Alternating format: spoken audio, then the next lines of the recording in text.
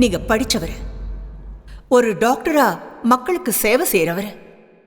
நீங்க இப்படி பேசுறது எனக்கு ஆச்சரியமா தான் இருக்கு.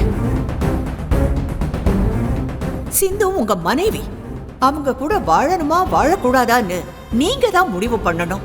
அது எப்படி உங்க பெரியம்மா முடிவெடுப்பாங்க?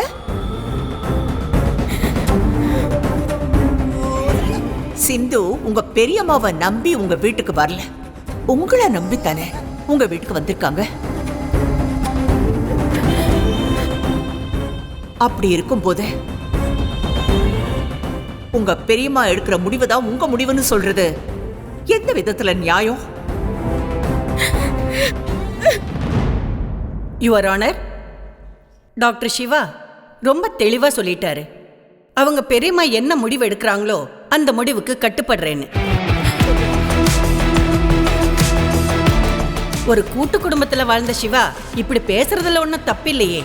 சொல்ல போனா அவர் சொல்றது ரொம்ப சரி. கல்யாணத்துக்கு அப்புறம்தான் கணவன் மனைவி பந்தம் உருவாகுது. அந்த பந்தத்தை உருவாக்குறதே பெத்தவங்களும் பெரியவங்களும் தான்.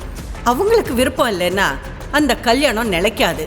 அதனால சிவாவோட பெரியம்மா அன்னபூரணி என்ன முடிவு எடுக்கிறாங்களோ அதையே சிவாவோட முடிவா கணம் கோட்டார் அவர்கள் ஏற்றுக்கொள்ளணும்னு தாழ்மையுடன் கேட்டுக்கிறேன்.